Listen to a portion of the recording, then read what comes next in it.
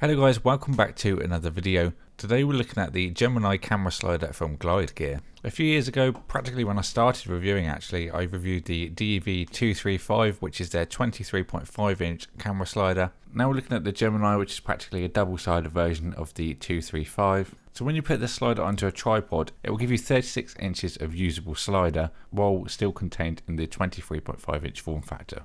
Now this works by having two plates on either side as well as a belt pulley system, so when you pull one plate to the left, the other will go to the right and then vice versa.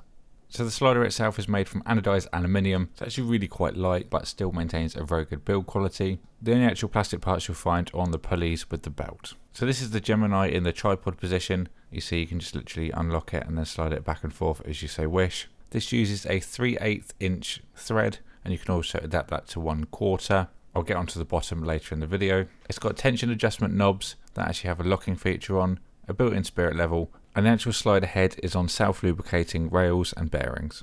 So going over the accessories you get included, you've got a handle that can screw onto either end of the slider, makes it a little bit easier as you can reduce the camera shake as you won't actually have to touch it and you can just do it from the side. Then you also get two pairs of removable legs that easily screw onto each end, so if you don't fancy carrying a tripod or you're on uneven terrain where you need to film, you can easily adjust the legs accordingly. Here's the previous slider showing how that works. Just simply screw them up and down and then the Allen key can lock it off, or you can just do it thumb tight. They just simply go on with a thumb screw on either end. One thing to note though, when you do it this way you won't be able to get the full 38 inches of movement, it'll only be 23. As the bottom plate's not on a tripod, you haven't got that motion available. And to top it all off, you also get a nice carry bag as well. There's two handles or a shoulder strap with it, and you've got nice pockets to keep all the legs and the actual slider separate, making it nice and easy to carry about. So looking at the bottom of the Gemini, this is where we've got our thread to obviously put it onto the tripod. Now this uses a 3/8 thread, which is, to me, a bit of a nuisance. You'll see why in a minute. But the DEV235 we looked at before had both the 3/8 and the 1/4 thread. Now I'm hoping the version I have here was one of the kind of early models and they've since changed this and added the 1/4 thread as it would make people's lives a lot easier, but this is how I went about it. So this is the 3/8 thread that you'd need to go onto the Gemini. Now this is the actual tripod I used to use back in the day when I first started YouTube, but now I run with the Manfrotto stuff which uses the 1/4 thread. So as you can see, we've got a bit of a problem. I don't want to use my old stuff as it's not really very reliable and it's very unstable with the weight that I put on it. So I went to Amazon to look for a 3/8 to 1/4 adapter, which I thought was, very simple, easy option to fix this.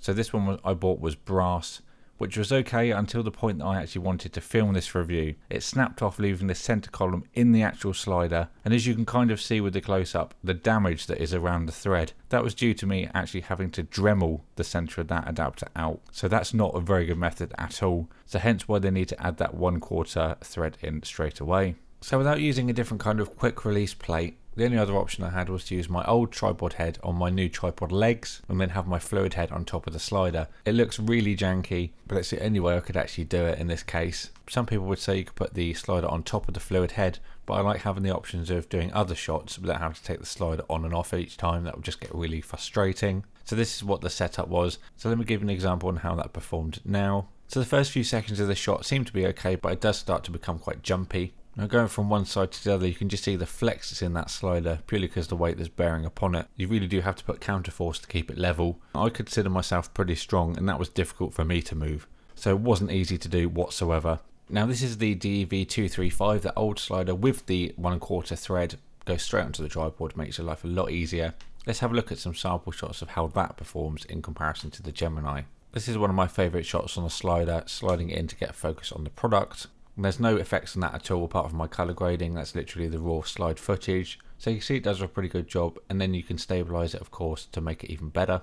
Doing a slide while you pan is difficult to do any day of the week, but that's just a quick example. Now one fault I did find was this bubble. You can see there it says it's accurately level, whereas the bubble I used to check this did not. You can see just how far off it is. You can actually visibly see that angle in the clip as well. So I'm not really sure what's going wrong there. Maybe because it's been sat a while, I'm not really too sure, but you can just see the leg variation at each end, clearly not right. But overall I'd recommend this slider for something like a DSLR with the battery pack, maybe at most. I don't think you're going to get too much more out of that. Anything more in weight than that is just going to become difficult and tedious to use. If you're not worried about actually moving the camera while you do the sliding, you could just use a ball head on the top. That may make your life a lot easier. Now it appears to be that this has all been negative since I've gone from the thread and then the bubble, but it is a good slider. They just need to add that 1/4 and then you'll be absolutely golden.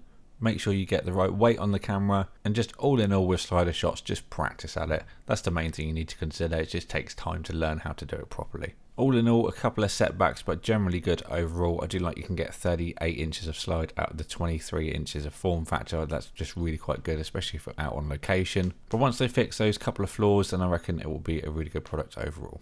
So I'll leave the link for this in the description box below if you want to get one for yourself. Thank you to Glide Gear for sending it out for me to review. If you enjoyed this and you haven't already, please consider subscribing, and I'll catch you all in the next video.